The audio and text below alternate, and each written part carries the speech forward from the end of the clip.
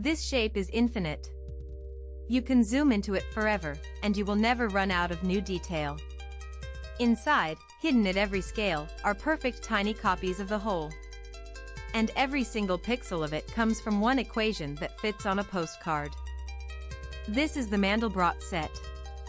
By the end of this video, you will know exactly what it is, why it's infinite, and how you can render it yourself in just 5 lines of code. It all starts with this. Z equals z squared plus c. Take a point C, start with z equal to 0, and keep replacing z with z squared plus c. That is the entire Mandelbrot set. But what is a complex number? Just a point on a 2D grid. The horizontal axis is the real part. The vertical axis is the imaginary part. Every pixel on your screen is a different value of c. Now we run the equation. For some points, z stays small forever, no matter how many times you iterate. For others, z explodes off to infinity. The Mandelbrot set is the collection of all the points that stay bounded. If we color each escaping point by how fast it escapes, the boundary lights up.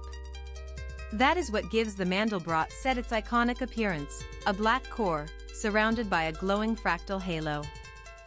Now the magic. The boundary is not a smooth line. It is infinitely complex. We are about to zoom in by a factor of 1 million. Watch what happens. Buried deep inside, you find a tiny copy of the original shape. And inside that copy, another. And another. There are infinitely many Mini-Mandelbrots, hidden at every scale. This is not just pretty math. The same kind of equation describes how populations grow, how weather systems evolve, and the boundary between order and chaos in the real world. And the entire image you have been watching? It is just 5 lines of Python.